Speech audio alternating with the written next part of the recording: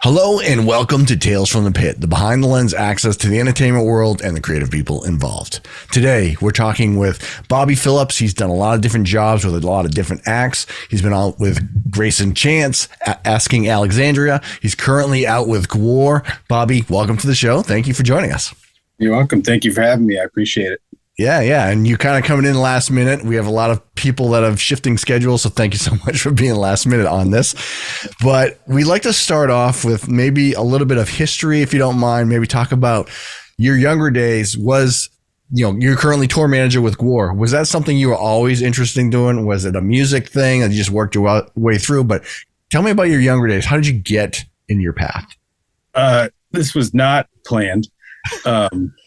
As most people in this industry and then up on this side, but it started. I was playing a bunch of musical instruments when I was in middle school, high school. Ended up with an electric guitar and realized that I preferred to write my own music and play with people versus being told like be part of this big thing, but play just these notes to make a whole. And I was like, I'm not as into the orchestral or even like doing the jazz like I was doing and stuff. So I found rock and roll, which led to playing in a Warped Tour era kind of band for a while with my brother and a few other people. And then the singer had a child. So another known story. It was kind of just like, okay, well, we like this industry. I had started running sound when I was about 15 because I did not like that I couldn't hear myself on stage. So I was like, why can't I hear myself? And the guy was like, well, you want to try it? And I was like, sure. So then the next thing I know, I'm running 3 venues with this guy and running sound far more often than I'm playing in the band. And it kept kind of just rolling and doing a lot of house gigs. And my brother and I started a facility called Electroganic that had screen printing and a recording studio and backline company and rehearsal spaces, a whole bunch of stuff in Norfolk, Virginia. And that kind of just kept snowballing until COVID. And we had to shut down the warehouse because of that, which was fine.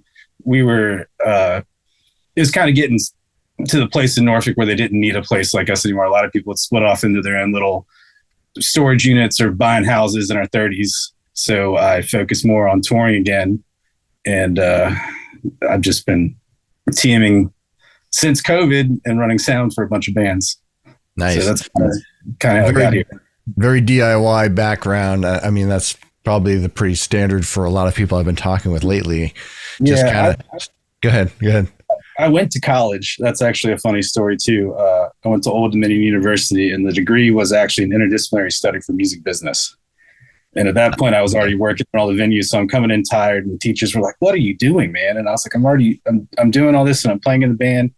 And the advisor, when I went to set up for year 3, a year and a half in, he was like, hey man, I'm going to suggest you drop out. And I was mad. I was like, what the hell do you mean? Like my parents told me I got to go to college, all this stuff. And he was like, dude, where you're at right now is where this program is kind of meant to get people to understand they can go to. He's like, you're just wasting your money. So I was like, all right. And he was kind of left it at that. And he's like, I'll be in touch though. And I was like, about what? He's like, can't talk about it just yet. So I got all the paperwork done, dropped out, and he called me back and said, would you be interested in helping making this into a real degree? And can we give you interns? So I was like, what? Sure. So I had an intern every semester that was graduating with my brother, but learning from my brother as well, because he went to the same school. And my brother's class was the first available class to get that degree. So my brother actually graduated with the degree that I helped kind of like turn into a real degree. not realizing what was going on, being told I'm not supposed to be in college and thinking it was a bad thing. That's crazy. That's awesome. Totally unexpected too. That's very, very cool. Yeah. Is that program still, is that still going on currently? Yeah. Yeah. They've had a couple of different professors since I was there. One guy, Bobby Wright, was there for a long time at Old Dominion and was really helpful to my brother and me. And I think he's at Hampton University now, or he may have retired at this point, but he actually went from school to school and actually helped get budgets and put like real equipment in. For like when I went there, it was like little M boxes and Pro Tools, and like the classes, you're kind of like, what the hell is this? But it was good for people that had no idea. But like live sound class I went to, and they were like, you want to just come in and teach one day and then we'll call this an A? And I was like, yeah, that's cool. So it was interesting for that. But yeah, they have people that are still graduating. I don't do the internship anymore. I moved from Norfolk to Richmond. And I stopped doing that, but I'm sure there's a bunch of other stuff that's going on in Norfolk that I think hopefully they're utilizing the community to keep that program actually useful and teaching kids what to look for to be in this business, not just here's a course book and not doing the networking. That seemed like when it was actually useful is teaching that networking. That's pretty awesome. Did you have to do any research on how to work on that stuff, or did you just kind of do what you know how to do?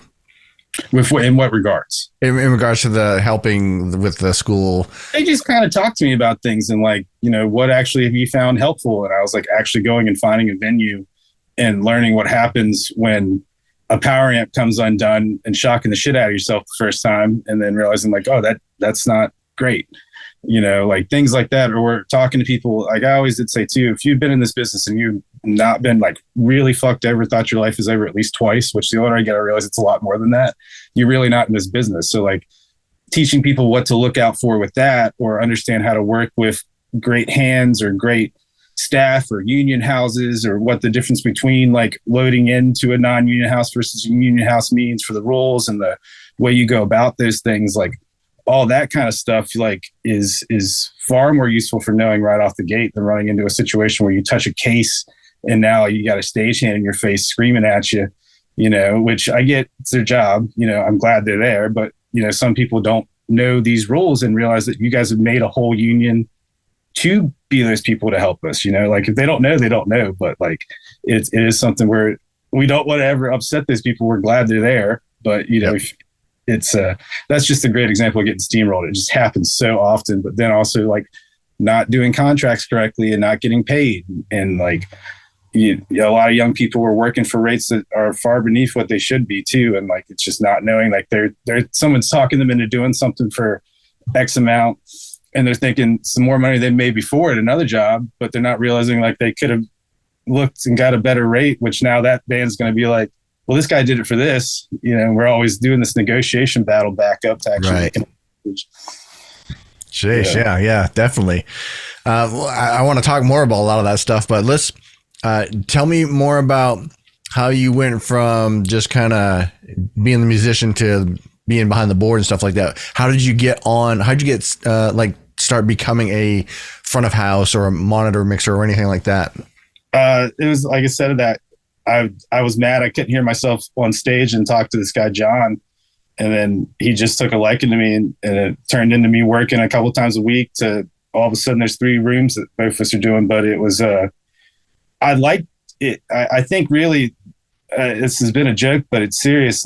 I realized I can make it sound the way that it should, at least to me and the band that I'm working with, to sonically take what I know and put it out there to the audience. But even when I was doing 5-band hardcore shows, being able to dial in a mix quickly, get it done, knock it out, and then make it sound great regardless of the situation. I was working on this is before digital was even a thing. I've been doing it 20 years this year. And it was, I think it really made sense to me when my dad's an elevator mechanic. Elevators are not much different than a soundboard. He taught me how to fix the things when I was 5. So it's all signal flow, right? You push the button that goes through whatever solenoids or electrical boards it needs to get to the point to say, I want this elevator to either leave the floor I'm on or so-and-so, and splitting the signal out. And I played trombone for all of high school. So I was one of those fortunate people where I am now, to where I didn't have buttons or valves.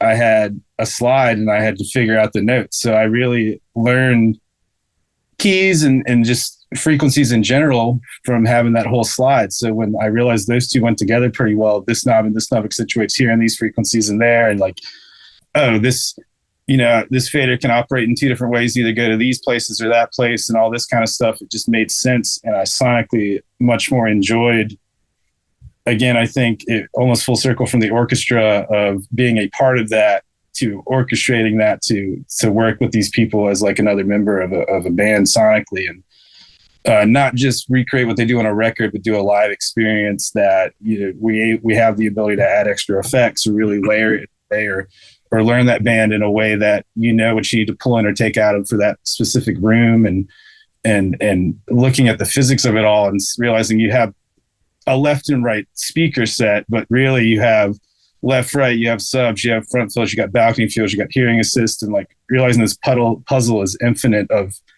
making sure that people, when they spend their money, and they're spending a lot of it now to come out and see us, have the best sonic experience that they can in every way possible, has just driven me down a deep, deep hole.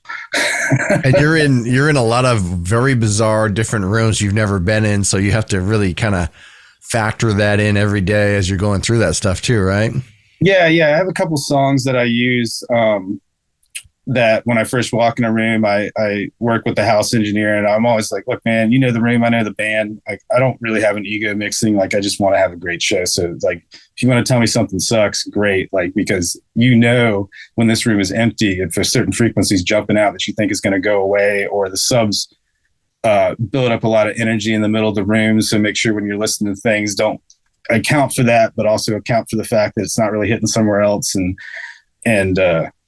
then being able to take that and take what your core mix, especially with digital boards now. Like, I have a lot of the bands I work with have like a wave system that I bring that I started off in like a studio, if I can get multi-tracks and get my sources as close as I can to what I want. And then I use whatever console one is like a corrective EQ, or like really working for the room for me.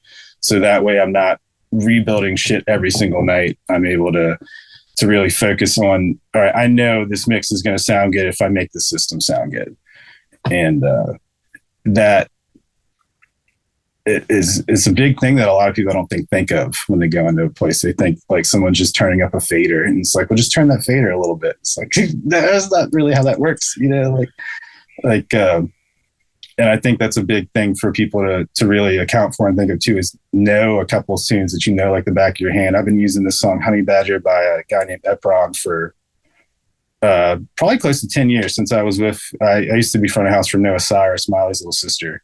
Oh, yeah. And that was interesting because that was like really when I kind of broke into this level of touring, to where like it was no longer a secondary job trying to get into it, but like now this is all I've done. It's a tune that, from what I was told, was made for function 1, and it hits the frequency spectrum from 200 to 20,000 hertz. And I used to just go to sleep listening to that song, but it really does isolate just certain frequencies. And this guy was smart. Whoever created it, this guy Evans, was very smart, because he hit in the beginning 30, 45 seconds are the 6 or 7 frequencies that are like notorious for just fucking you up in a small space. And I can hear it, and I know the track so well. I know how loud those frequencies and those notes he's playing are supposed to be. And if it's off, then I can make my corrections pretty quickly from that. And then I use Don't Stand So Close to Me by the Police. And usually people are like, why are you doing that? It's like, it's not as sonically pleasing as certain things now that a lot of people like to put on this perfect music, but like the snare in it is just so bad, and like certain frequencies, because I think they were just on so much cocaine. They just thought it was great and printed it, and there's no fixing it afterwards. And it's got like this 400 hertz and like this 8 and like a 2K frequency that can really bounce out of a PA if you're listening for it. And I use those two. I usually can tune a room or tone. I mean, usually I go with whatever system tuning. I don't break into that as much as I just like task them to turn off half brass if we're going into the front of house console. But that lets me tone the room to what I want pretty quickly, and it's made my life a lot easier but also it's just really funny where you see this whole room of people like being like, what the hell is he listening to? But it's not because I like them. It's because like they just get me to where I need to be really fast. Yep. Yeah. So people going to a GWAR show, opening up with the Police and Honey Badger. And stuff yeah. Well, that's just when the venue staff's there. Now, right. Yeah. GWAR's playlist. Actually, I'm going to just send you this because we've been working pretty hard on it for a while. And yeah, so while you're doing that, so you're getting ready to, I think you said you're in rehearsals now for GWAR, getting ready to hit the road with GWAR next week, right? Yeah. I just finished the tour with Joey, Valence and Brae. We finished on the 14th was the last show. And me and Beth, my adult girlfriend, as she likes to joke and say she is still, we drove back the RV, got back the morning of the 19th at like 4 a.m. And then I was at GWAR's rehearsal space at 11:30 to get their rehearsals going. So good Lord. It's a funny existence going from one band to the next for sure. And Joey, Valence and Brae were great. They were I had no idea who they were. They apparently got famous on TikTok, which I know nothing about, shows my age, but it's like Beastie Boys and Wu-Tang.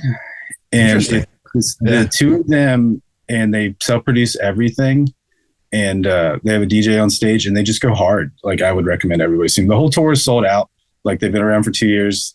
Like, they had a TikTok that got big, and then one of their moms wrote to Ellen, and then Ellen's like, come on the show. So the first time they performed was on Ellen. It was just like natural for the two of them.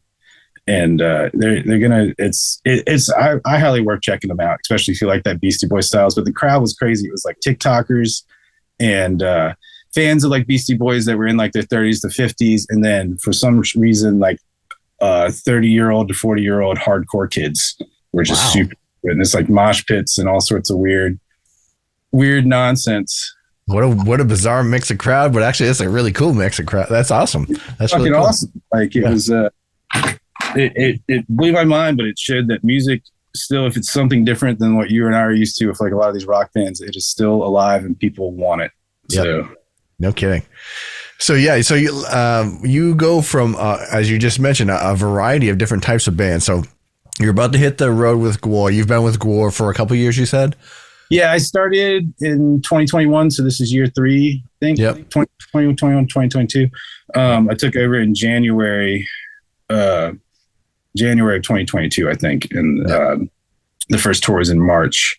I was with a guy that goes by Strand of Oaks, which is like if the best way I describe him is if Tom Petty didn't find heroin but acid. That's how that music is. Lovely, emotional.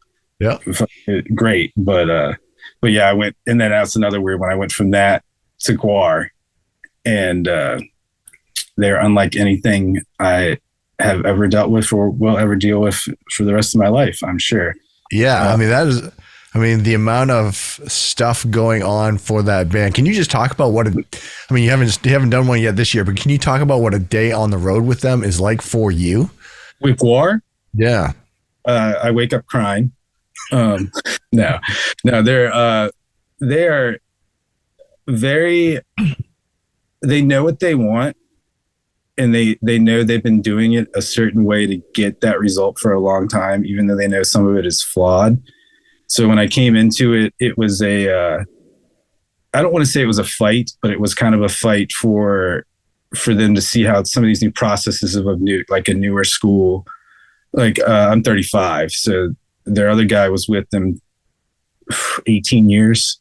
Yep. So I was just starting my career really when he was starting with them. So it was just kind of like everything was set, and I never got to work with Dave Brockie, but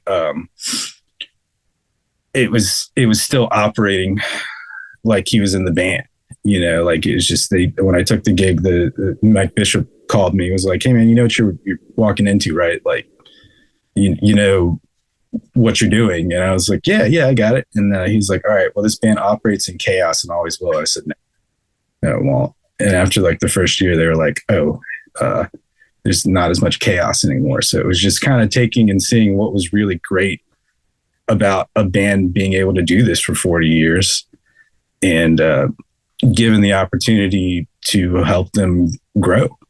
And I'm very loyal and feel very grateful for them trusting me with it and still trusting me with it. But, they're a family that far more than friends. Like, families, like, you love them, you're always going to love them. You can tell they all do, but sometimes they can't be around each other. It's just like, your brother or your cousin or anybody you spend a lot of time with. So usually we get home and then everyone just kind of disappears. Not everybody lives in Richmond. I live 15 minutes from the pit, and I usually need, after a year of them, like 2 months of just by myself.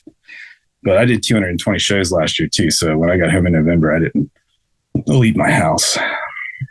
Yeah. So for GWAR, there's so much. I mean, they have a very unique, specific show. You have it as Monster Wrangler on your, as your job thing. Yeah. Let's talk about what's involved with getting their show going. So the day of. Sorry, you're bringing up talk about, but so there's a lot in my mind with GWAR, so you're gonna have to steer the conversation a little bit. Day in the life, we're on a bus, so that's great. So we have a driver that takes us everywhere, and I always line it up to where we pretty much pull up about an hour before we're supposed to load in, or earlier if we can. And everyone kind of gets stirring. A lot of my techs work. I had 2 to 3 techs on the tour, depending on which configuration of the show we're taking. But my brother's actually the monitor engineer. And then a guy named Eddie Collins is our backline tech. And he also works for Anthrax as stage right guitar tech. But so the 3 of us, and then Matt McGuire, he's Sawboard Destructo and like one of the folks that makes all the costumes and all that kind of stuff.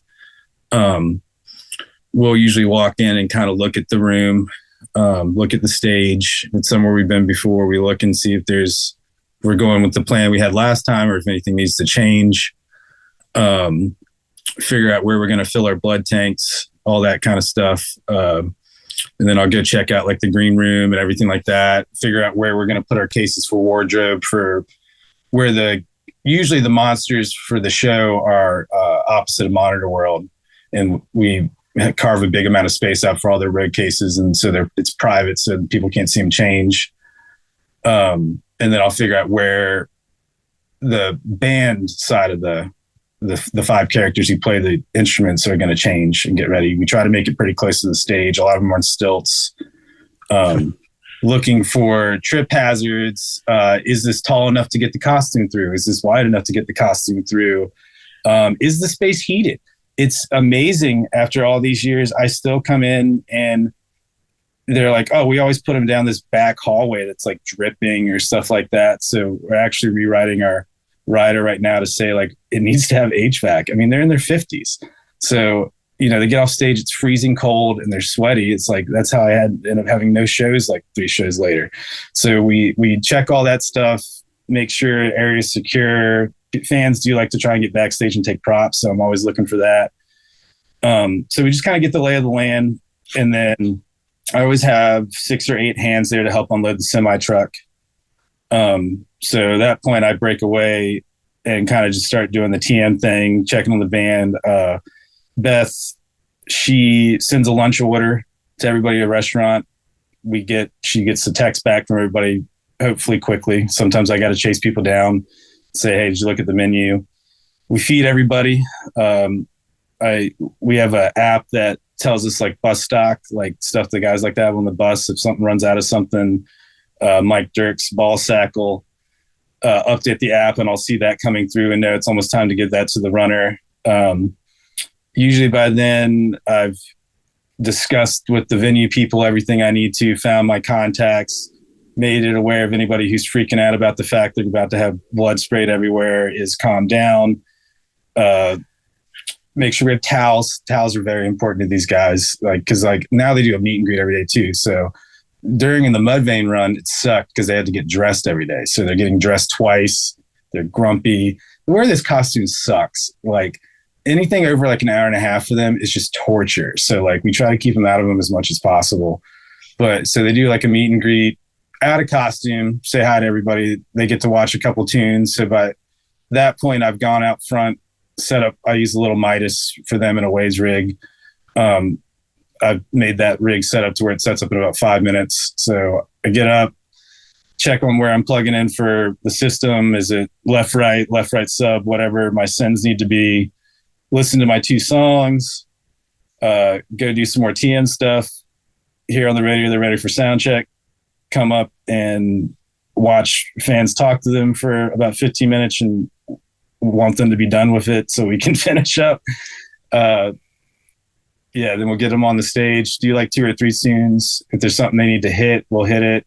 But I'm generally finished with sound check after like 15 minutes. They all scurry away. We go back to hunting for the towels that somehow people still haven't found. Because it's 72. No one believes we really need 72 towels. But when you have 3 other support bands, and then these guys all need, 2 towels or so, get makeup off and then also shower. But like, they're not, like Bishop's not small. He's not a huge man, but like a little, if you give him like a hand towel, it's just like watching a sumo wrestler try to like dry himself off. It's terrible. So like, we just always, and then they always have to be washed. Like a lot of times I'll get there and they'll be brand new and like they'll be pink or white. And then you'll just have a bunch of guys in their 50s running around with like fuzz all over them and their costumes and they're bitching. So like, it's these little things that with this band, I've never had to deal with. It's like, here's your rider stuff. Like fuck off for a while. Call me if you need me. Like these guys with all the maintenance, the costumes and their rigs have gotten a lot easier too. Pustulus just had to step down, so we have a new guy coming in, but he was using a bunch of Marshalls and like the tech and him were always working on stuff and all these MIDI pedal board loops and things that sounded great when it worked, but it would not always work. And then Dirks has MIDI chaos pads built into his guitar. I'm actually got that. I just brought that home to fix that. So like we're always fixing shit because like it's not always because it gets sprayed, but like they're always in these costumes, their hands aren't paying attention. So like things get broken really easily. So I'm constantly working on that kind of stuff whenever I have time, when I'm not looking at contracts or advancing the next show. So it's a lot of walking. Like my little Apple fitness thing is always telling me I've hit my goal by about 2:00. So that's great. But yeah, so then support bands are on. Back to the day. I usually try to sneak away for like an hour nap because at this point I've been up and rolling, and we're always on walkie. So like I just have it sitting next to my ear. So it's like just more like closing my eyes and just hoping and like just waiting for the next thing to happen. But it's gotten really good over the last year. Like the crew and everybody, like things aren't breaking as much, like other stuff like that. We're learning like everyone's in a good mood and keeping things floating. So I can usually at least get the hour to myself. It's funny, the beginning of the last tour, we had a band called Cancer Christ playing with us.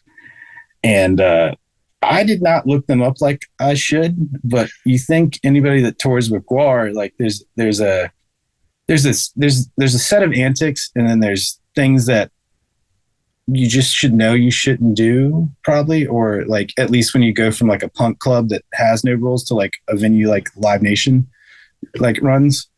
We were at Wally's Pub, which is independent. I know Wally's, yeah.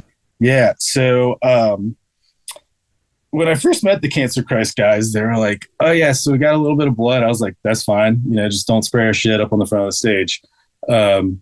Cool. We tear Bible pages out of the Bible and kind of walk through the crowd. That's fine. If the venue has to clean them up, do it, because I'm not paying the charge. We already pay a charge for the blood, but they will nickel and dime the shit out of us. We start adding a bunch of paper in that. Of course. So I was just like, no.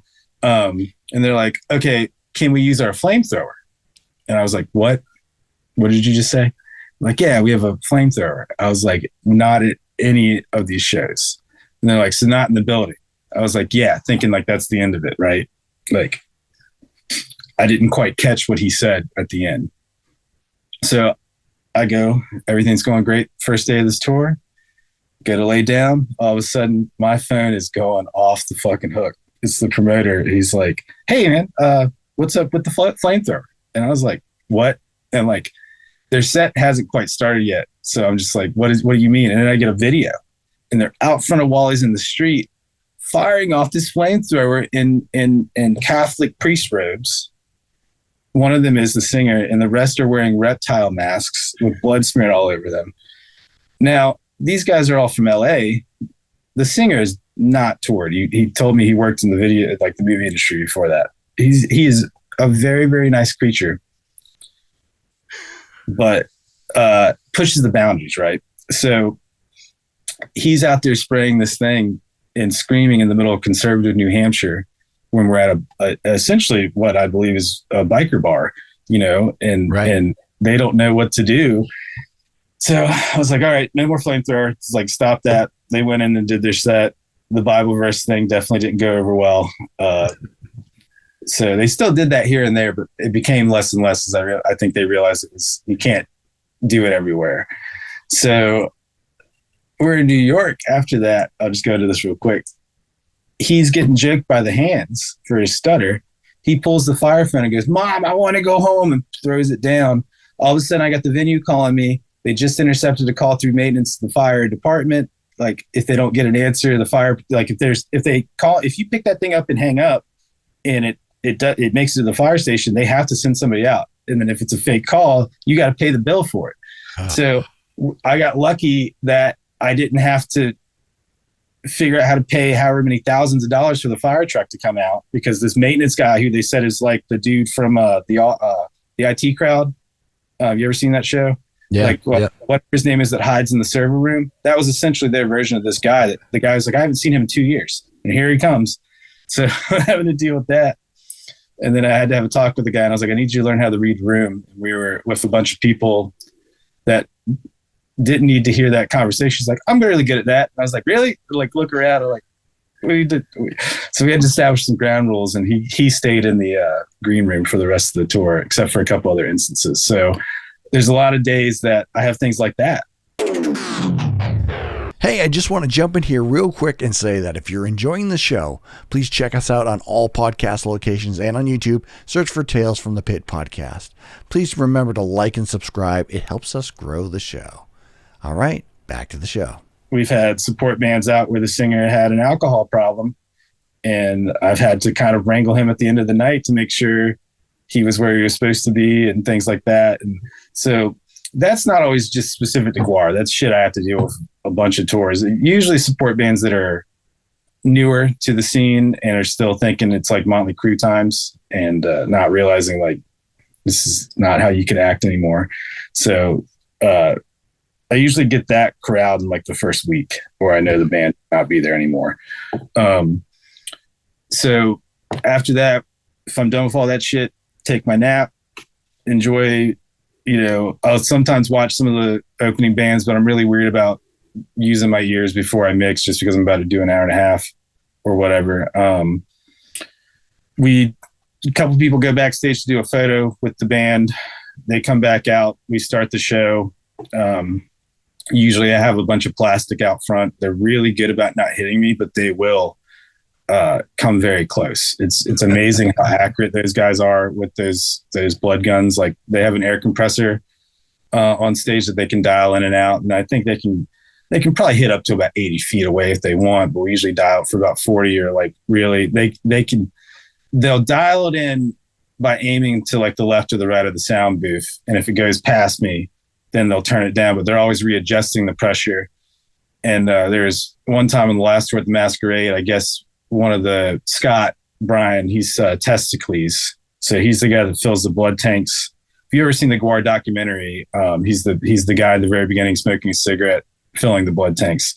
Probably one of the funniest people I've ever met in my life, and he should have his own TV show. But he tried to hit two people above me, and I was just looking, and they've never hit me at the Masquerade, so I didn't really think about the plastic, because they've never tried to hit people in the balcony above me. I don't know what he was thinking, but I just see this arc of blood just coming at me, and I was like, "Oh no, you're kidding, right? Like, this isn't real." And it just, hoses the front of house console. Like, oh no, just a good 3 or 4 seconds of just me getting splattered and me just looking at it like, I guess we're going to test this guy now. And it was fine. It was Midas M32. A lot of people have a bunch of terrible things to say about him, but you know what? It is, it's been blood tested and approved. So nice. Yeah, so I had to text, and I got a bunch of towels, and I'm trying to mix while cleaning the board off. So that's one time they got me. They got the back of my wage rack once. The lighting guy pulled the plastic, and Bishop was standing under a speaker, and just he has 2 dicks that spray, and one is aimed pretty well to hit the crowd, and the other one is willy fucking nilly. And he always grabs the one that's easy to control. So he's just standing there not looking, and it is just going into the front of house area. And so Nick, I guess, had pulled the plastic, so the back of my wage rack was just hosed, and I couldn't get to it. And as he does this, he sticks the mic into the speaker, and my entire system freezes. Console, waves, both computers, everything. And I was just like, great. And he's looking at me going, what the fuck? And like holding the mic in the thing. And I'm like looking at him like, you could stop this right now, you know? And then he moves away, and it was about 30 minutes. And of course, this is in LA where all the industry people are. And it was about 30 minutes of me just unplugging, plugging stuff in. The Waves is still passing audio, thankfully. So I just left that. But every other connection I could, I'm drying out. And finally I got control back in like a half capacity. And I thought I was going to need a whole new system. And I dumped, it had to be a pint glass worth of blood out of the back of that rack. And it took me about 2 weeks I replaced the part that I thought was like the problem.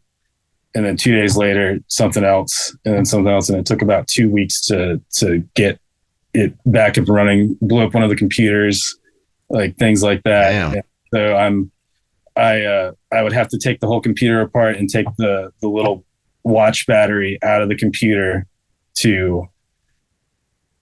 and let it sit for 10 minutes to drain, and then plug it back in so the clock would reset so I could actually do the show while I was waiting for Amazon to bring me the next computer. Damn.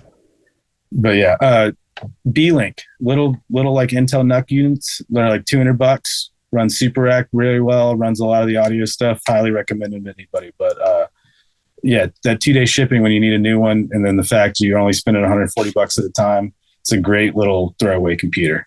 Nice. They got me through the GWAR run. Like, wow, it happened. So that Wally show, was that last year? Yeah. Yeah. So I almost went to that Wally show because I'm a local photographer for Live Nation, a bunch of venues and stuff. And I do Wally's occasionally every so often. I was almost going to put in for that show, so I probably would have emailed you back then. But I was going to put in for that show, and then I was like, I don't dare to get my camera just hosed with blood. So I was like, I think I'm just not going to bother with that one. Yeah, a lot of them bring rain shields that work for live. A lot of them, I've seen a bunch of cameras go down, man. Like people they're like, oh, it'll be fine. And it's like, if they're in that barricade, you're not safe, you know, like at all. And you got nowhere to go in there too. You're locked in there. You're there, especially because the amount of security we have for crowd surfers and stuff like that. That's another thing I do every day is I have a security meeting with them, and I'm like, you know, I try to be funny with them. I'm like, who here's done GWAR before? Who here hasn't? All right, you're fucked.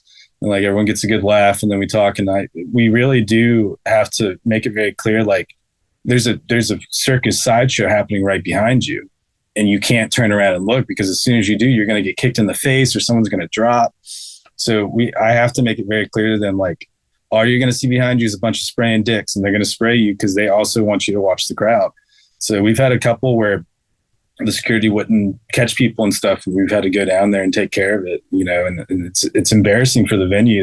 They can't believe these guys are just getting, like, they don't want to get sprayed with blood, like, and we try to make sure they tell the security before they come. But a lot of times we're like, oh no, it's all the new guys. It's like, come on, man. Like, you know, like at least let them know what's happening. Like that guy's wearing white Nikes. Like, you know, like it's funny, but yeah, the blood is that's a large thing. That is a big logistical nightmare a lot with us. especially when we fly. Yeah. So moving from GWAR to like Asking Alexandria. Yeah. Very, very musical. I mean, obviously not a lot of antics as GWAR, but very musical, very talented musical band. Is it for them? Is their sound or is their setup, or is that much different from what you would do for other bands, or is it pretty similar? So I did take a different approach with them. Like GWAR, the M32s work really well because if you heat the pre's up, they sound like the older desks, like the heritages and stuff. Like if you know how to make that board sound good, you can get a good sound out of it, but it's got a colored sound. It's definitely, I use it and lean into that for like that 80s kind of like thrashy sound with GWAR that works well. That would not work with Asking. There's a lot of layers to them, and then Danny's vocal. So I actually I tried to get a Allen and Heath D Live for it, but they were just the rental houses did not have them during festival season. So I ended up with an SD9 from Digico, and we did fiber and then did an SD rack versus a D2 rack. Just because those pre's are very clean. So I wanted more transparency. They're using a lot of churches for that reason of the clarity and everything. And like they're just a well-rounded board that if you're touring with it, you can build it from the ground up. And that level of I was going to do an SD11, which is a small format one, but the processing in it was limited. You can't do as many groups or many channels. So I went to the SD9 that let me use a bunch of groups to really kind of mix down everything and compress it in certain ways to make everything sonically fit that I don't really have to think about with GWAR. Because that's just straight drums, bass, guitar, and vocals, and then some samples for some characters. It's really not like Sick of You, I think, has a trash can hit that's in one of the things, but other than that, it's really just like voices. So that I didn't need as much processing for, but with Asking, the drummer's insane. I had his kit was mic'd up, and I had things like gong drums, so I had a bunch of toms that so I grouped the kicks, the kick in and out. He had 2 kicks, so I had 4 mics doing that group, 2 mics on the snare, a mic on all 4 toms, and then the gong drum, and then hi-hat ride and 2 overheads. So I had everything kind of bust out into groups that were fed into more groups, and I had processing on each of those in the waves thing. So it was definitely interesting with them because they do have a lot of like tracks that also play with them that are tasteful. It's not like overdoing it, but if you don't mix them correctly with what they're actually doing on the stage, you lose the nuance of the live show, like the guitars and all that kind of stuff. So it allowed me to really break everything down into different layers of sonically working with each other that I was grateful to have. And then let me process Danny's vocal with a couple of different options, that he's got such a range and a dynamic that I didn't want to lose that, but I also wanted everything to be able for him to sit on the top of everybody. So it's a highly different way of mixing versus GWAR. And I actually did a festival where Asking open for GWAR on the same stage. I had left another guy that works for me some. He's a Necrogoblicon's front of house guy, Jaska, and he came in and filled in for the end of the GWAR run while I went to Asking because they overlapped. And actually, when we got to the festival, GWAR was running late. I had advanced for both of them. I was there anyway. I was going to just take care of both, but my got a call from our tech Eddie and from Matt saying that my brother was laid out in the front lounge and they didn't know what was wrong. So not only am I trying to dump both trucks with the stagehands and get everything for both bands into a place, and the stage was smaller than they told us. So there wasn't really wing space. There wasn't this or that. So I'm waiting for the bus to get there with my brother with EMTs while I'm getting stagehands to dump pieces of both trucks at the same time. Because I'm also flipping GWAR's costumes into asking semi truck, because our truck has to pull away as I'm getting pieces everywhere.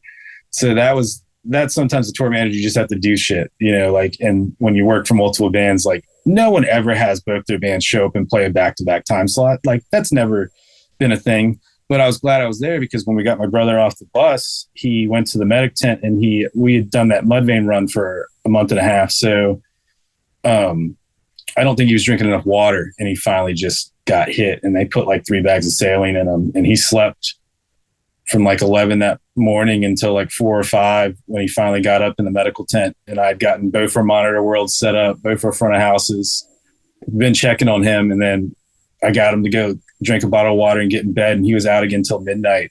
So we were down a guy.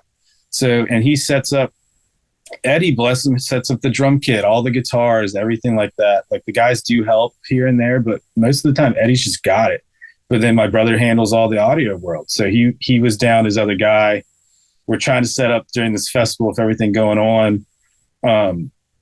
So I had my consoles set up in front of each other. So it was interesting.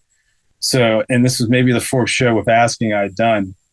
So I went right from Asking to GWAR, like went and mixed back to back, which was really cool on the 2 different setups, and using like a lot of the plugins I use are I have like very specific things that I like and go to. So a lot of those were the same, but there were some differences that I chose to do with Asking that I ended up bringing back to GWAR after.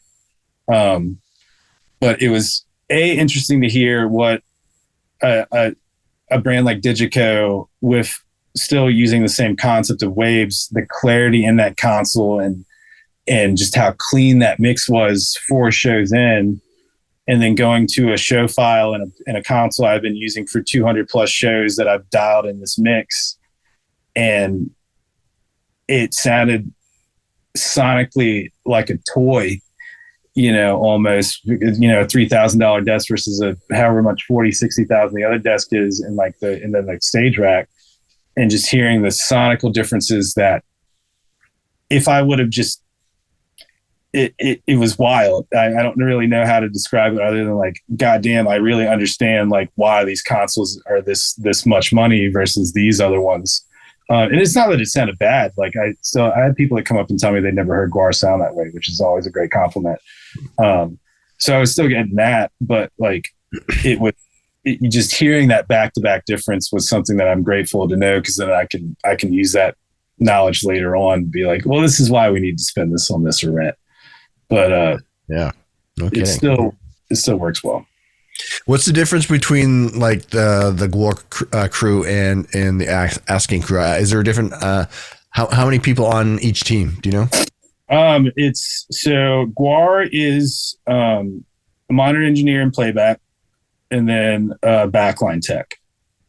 If we are carrying a light package in an LD, he also kind of helps. And we have a guy named Nick that's great, but he doesn't make it on every tour.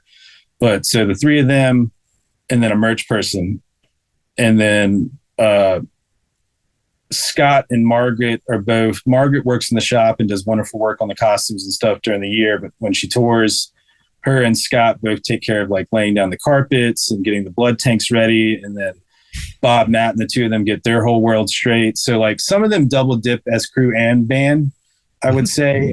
Scott's a crew member, and then we have the merch person. So it's a 5 to 6 man crew for GWAR, and this is the lightest they've really ever been from what they've told me. Yeah. So, but we did spend a lot of time, like the monitor rack is just one rack that opens up case lids, and then there's 5 sub snakes that roll out, and then we're done. So we did a lot to make the on and off a lot faster when I came in versus what we had pre-me. They had a budget they needed to redo their ears. So we just went ahead and redid the rig. And then they've gotten really good about policing their own costumes in a way to where we can utilize this. It's it depends on the venue, but we do 6 hands on the in and out and 4 all day. So we always have 4 people there that are just there to help with the stage. So we couldn't do it without the local hands for sure. But that's a 5 to 6 man crew. And asking is, I was the production manager in front of house.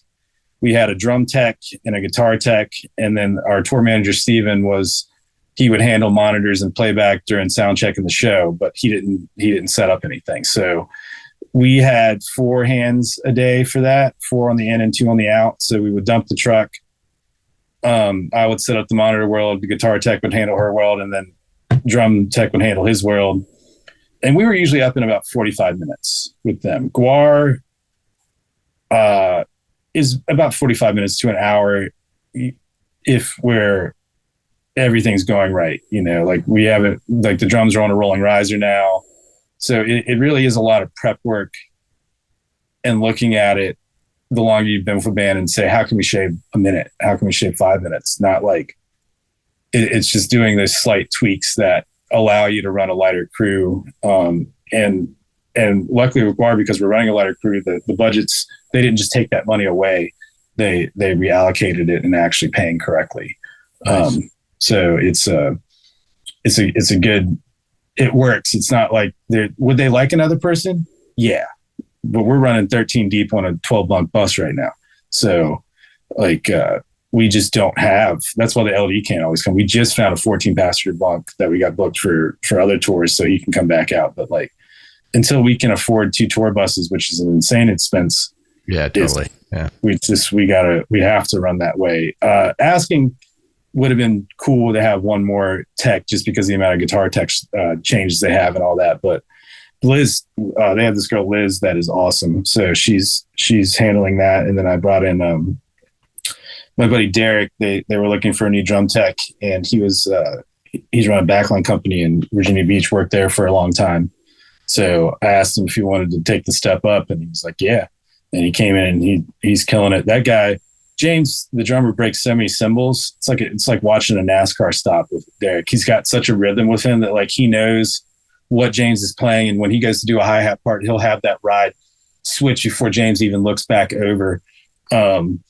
So those two, I'm really glad I called him and gave him that opportunity because I think he's perfect for that gig. But having people that care like that is a rarity too. I run into so many crew that are just not in it for the right reasons. And that you could have 10 people like that and have a horrible day, or have 2 people that want to be there and it's good. But yeah, I'd say a lot of tours are running lighter than they would, but there's not as many amps on stage. Everyone's got Kempers, it's just having people, how many hands do you really need on the stage at once, Well, they have a production assistant too. So she'll be on stage and taking care of the guys' needs. Like they need extra waters or shots or stuff like that. She's really good about predicting when Danny's about to say he wants to do a round of shots and already has them. So that is also very important for a lot of people like that. Regardless if it's drinking or hydration or towels, or just having someone that's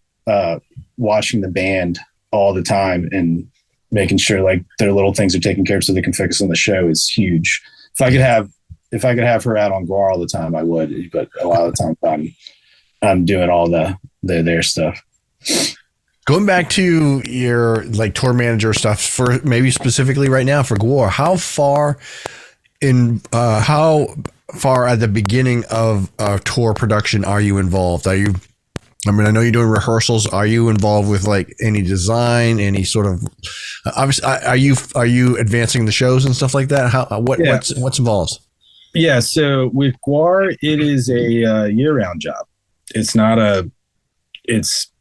again, not like anything else. There's so much to that show that we are constantly talking a year, 2, 3 years in advance of what the show is going to look like, and how can we make it happen, and how can we budget to make these things happen.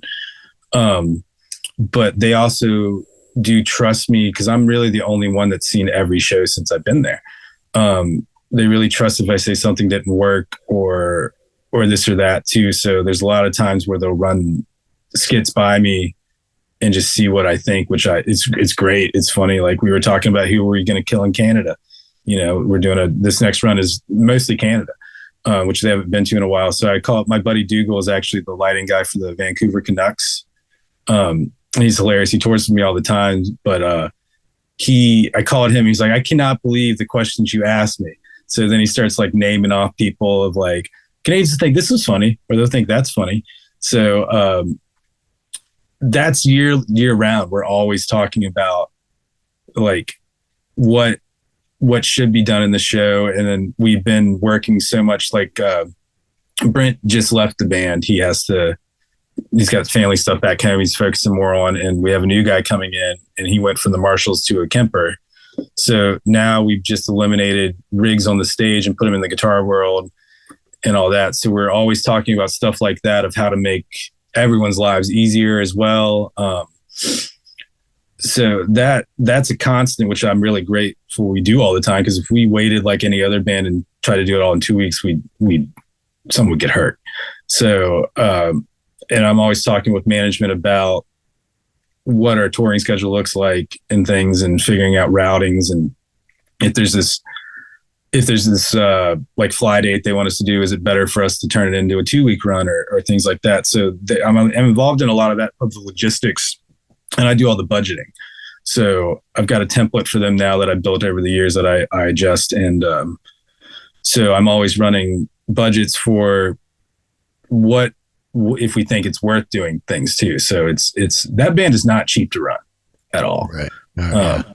So everything is very calculated. Like when we fly, like you're looking at $15,000, $20,000, $30,000 to send all the stuff. If we're shipping everything, like if we got down to Mexico, like we were on the Headbangers boat with Lamb of God and got off to go to Mexico. And then that festival actually kind of fell apart. A bunch of bands pulled out. So we shipped everything down there, actually with Asking stuff, because they were playing, and we didn't go because there was some logistics and some other things that made us say we should probably not do this.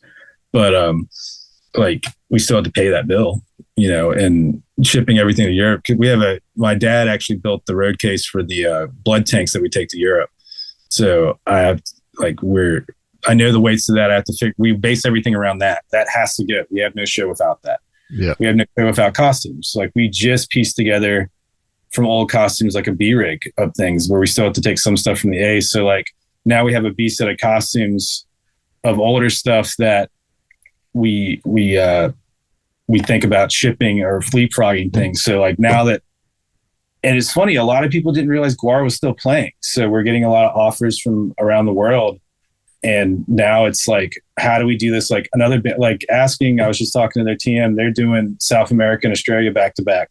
Like they're able to fly everywhere, rent backline equipment, do whatever. That's not a thing with GWAR, So it's a logistical nightmare that I don't ever get a break from.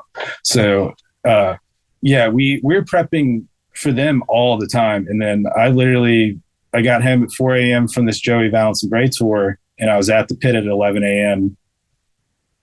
making sure the new guitar player could hear, like in their little practice room. I moved our show scene from our tour rig to their practice room, and I would go and I'm up there ordering gaff tape and figuring out what else we need, new casters on what, stuff like that, and going in and changing the guys' mixes here and there, and then they're pretty much set until my brother gets there. But so the last 3 days has just literally been me going in. All right, did this actually get ordered? Do we have enough dye for the tanks? We just talked about how much we need to order for the next year to try and get us through. We've been trying to figure out how to know how much we use every day, but it also depends on how thick they want to make it, or if like we need to not make it as thick for certain rooms. Like the cruise ship, we had to send a sample of the dye, and they're like, dilute it, send us another sample.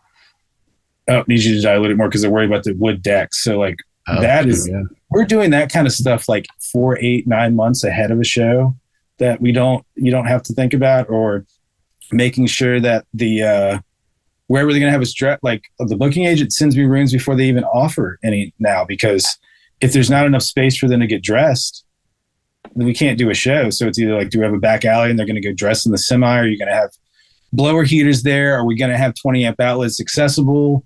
Like, so we're talking about all that kind of stuff, like before even tours are being routed, to make sure it's even possible. So that's not like anything I've ever done. I don't ever have to do that with other bands. I don't have to look at floor plans of a venue that they have to pull from the city because they haven't had to look at it in 30 years, and think about hallways.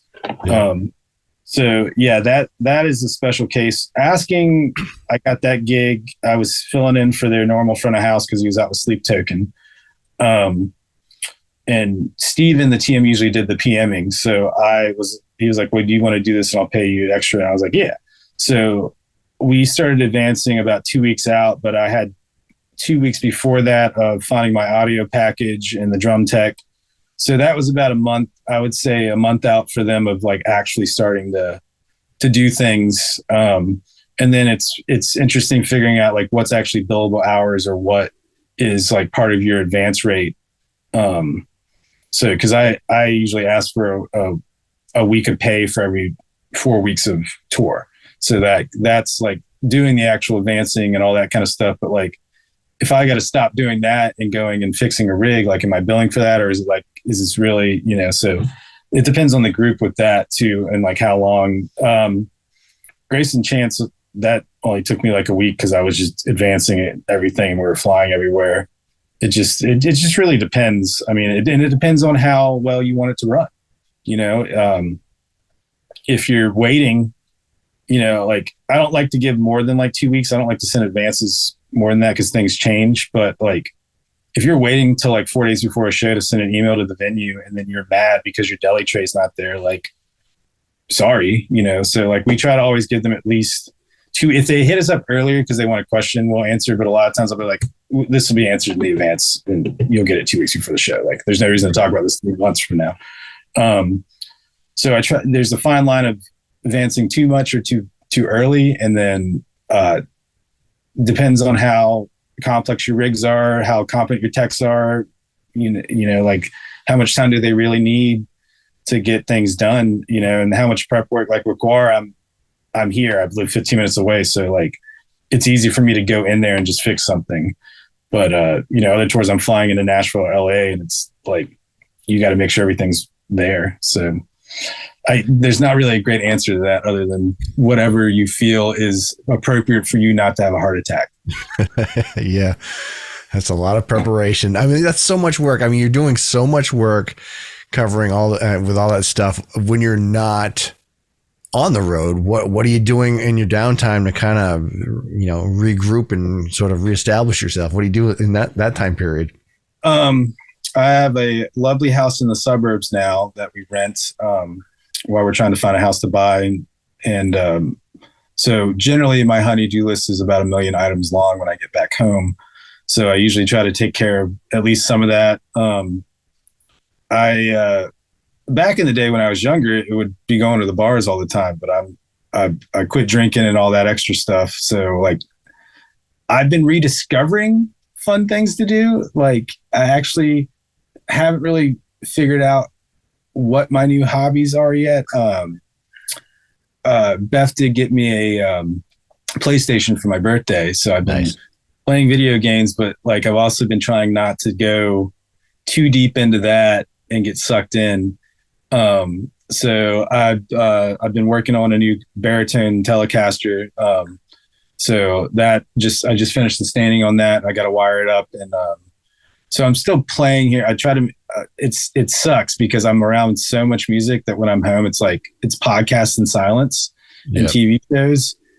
So I have to have enough decompression from whatever other art I'm helping work on to like get to where I feel like I can work on my own art again. So like, I would like to say when I'm home, I'm playing guitar 12 hours a day, but I just can't always bring myself to do that anymore. So I try to do that. And then I have 3 dogs, so hanging out with them.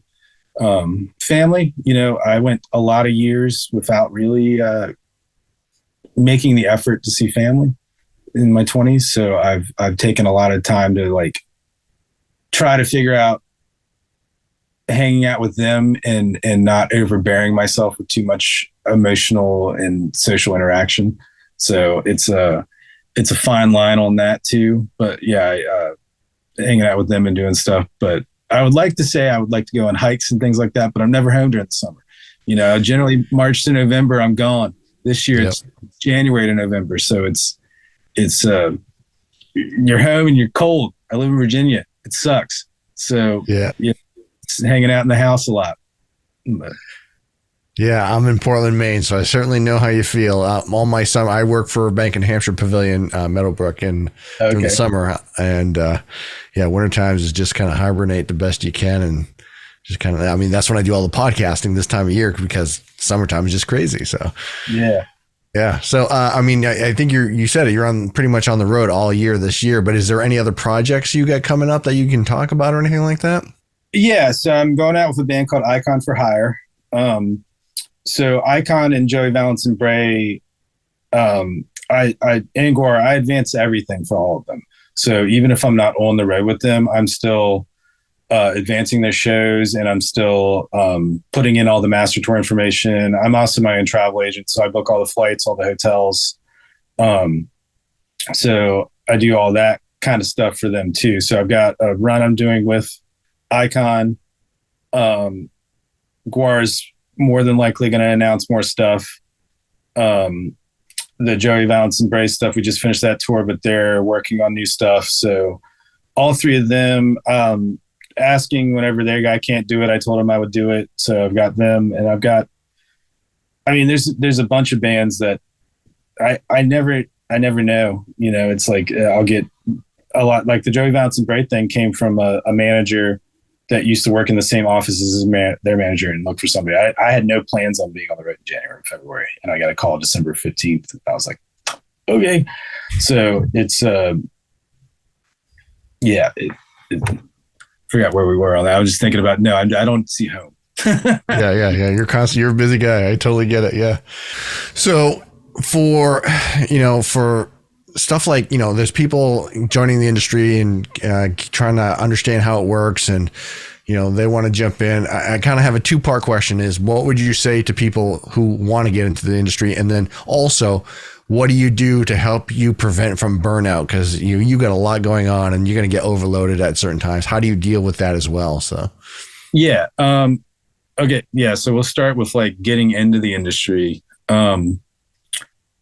First off, just a great attitude. Like there's so much in this industry that you will see because people are burnt out or don't realize it's time to step away every now and then, which is important. Like just be willing to learn. Like there's so much information on the internet and stuff like that. That's great. That's where I picked up a lot of the stuff. But like, if I don't learn something new every day, I'm not doing this job right. So everybody out there, regardless of what they do, they could be the janitor in the building. He probably knows something more than you. And it's worth treating everybody well and just having an open mind to whatever people want to teach you, even if they are annoying. Like if it's someone that is like being a know-it-all, just like, keep an arm's distance, but still listen, because they probably do know something. They just don't understand the social skills that you have to say it in a way that you want to hear it.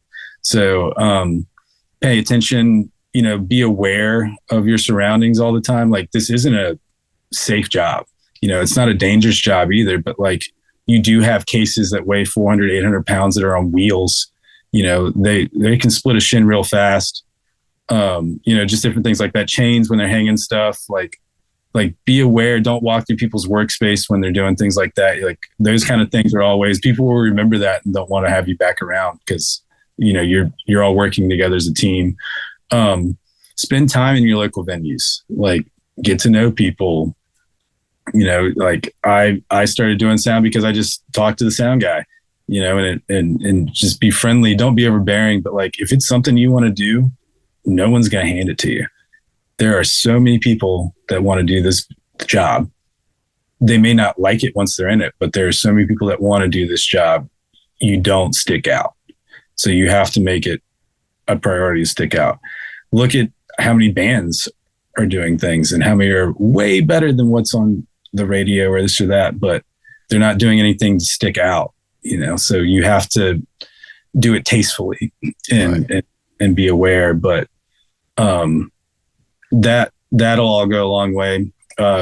Anybody that wants to be a front of house guy or a monitor guy, read the manual on every piece of gear that you want to use. Like if you don't know how to get through a menu quickly and know how you like find your workflow on that desk, because every desk has 1,000 ways to do something. If you're not quick, you can't really do a house gig. You know, you have to be able to work in that room and how that room's supposed to work. So learn from the people in those venues if you're working with them and stuff, but don't, you know, have the manual in a PDF, Command F, you know, find what you're looking for, YouTube, learn that equipment, because a lot of these things are, you know, you're spending thousands of dollars on something that can do a lot of stuff. So make sure you understand what it is so you can be helpful to those people. That's another good thing. Good hygiene. It's you have no idea, especially when you guys start in like vans and stuff like that. Like dude wipes at least, like, you know, stuff like try to be a gracious seatmate, or even buses or planes. Like you have, man, some of the smells makes the whole tour suck. Like, I don't know what else to say about it, but like, you know, like, and it's not always where you're going to have a shower. Like there's going to be nights that there's not a shower in the venue, or you're just tired, you know, but try to make that effort. Cause you'll feel better, you know? I'm sober. I would say a lot of crew people get into it and party, and that's great to do here and there, but, you're there to work, you know? So do the job first. And then if you have an issue with a substance, reach out, because this life will kill you. You're never home. You're never anywhere you feel comfortable. Your mental state is a big thing to take care of. We used to not be able to talk about that 20 years ago. And it's gotten okay to talk about it, because we live in a very weird place. So, take care of your mental health, and substances, keep a good eye on those. Like I said, I had my fun. I would not trade it. I would not change anything about it, but I had to stop just because I care about this job and I care about the people around me.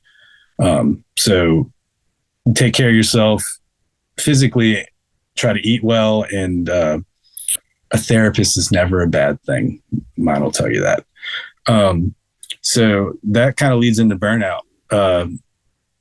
If you've been in it a while, you know, but BetterHelp and all those things, like there's good people on there. You may go through a couple, but finding a good therapist you can talk to about what's going on in your life is immensely important. I would highly recommend it to everybody, but especially like with me, like I spend a lot of time with him talking about the things with the bands, not necessarily my home life, but like just getting stuff off the chest, and them being able to see it from the outside perspective and help me with different ways of handling stuff if I need. So that has helped with burnout a lot.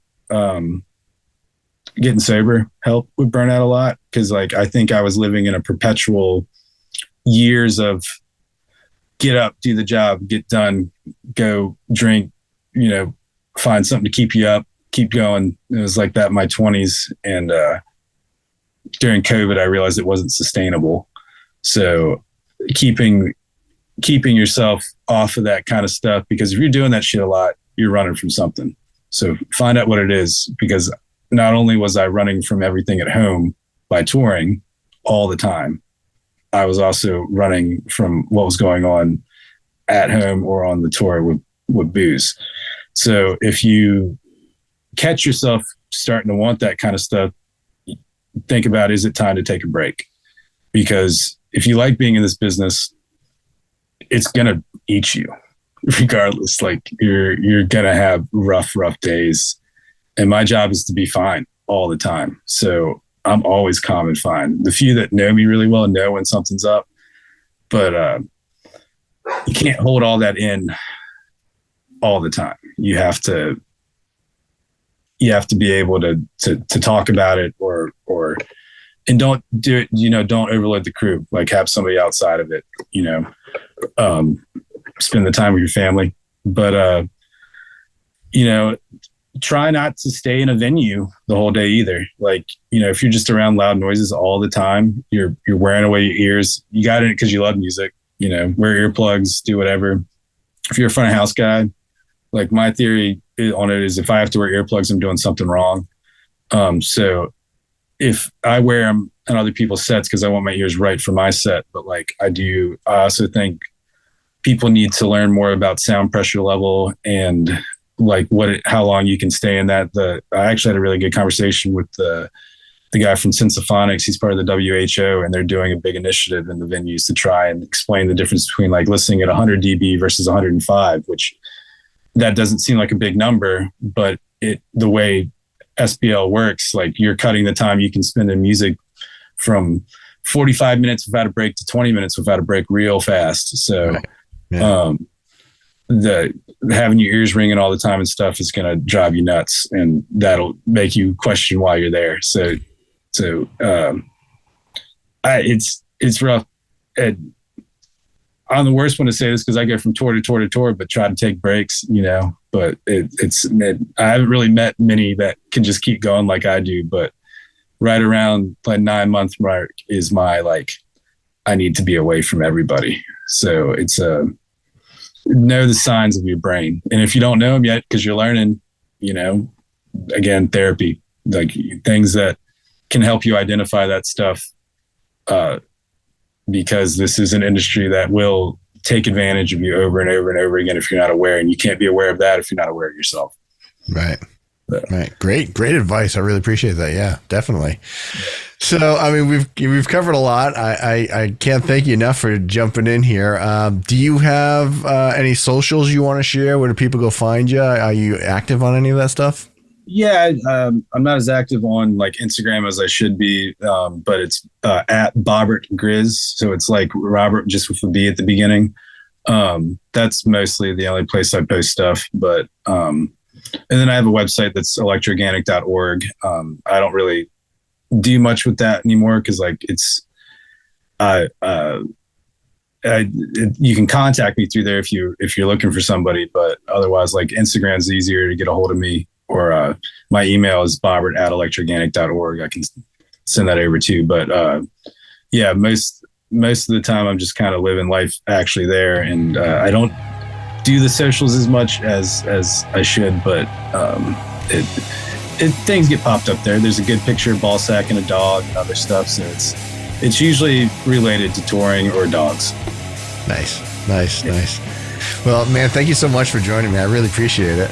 You're welcome. Thank you for having me. Hey, thanks for watching this episode with Bobby Phillips. We hope you enjoyed it. You can check out our other episodes and our other guests on all your favorite podcast locations and on YouTube. Just search for Tales from the Pit podcast. We hope you enjoyed this episode, and we'll see you on the next one.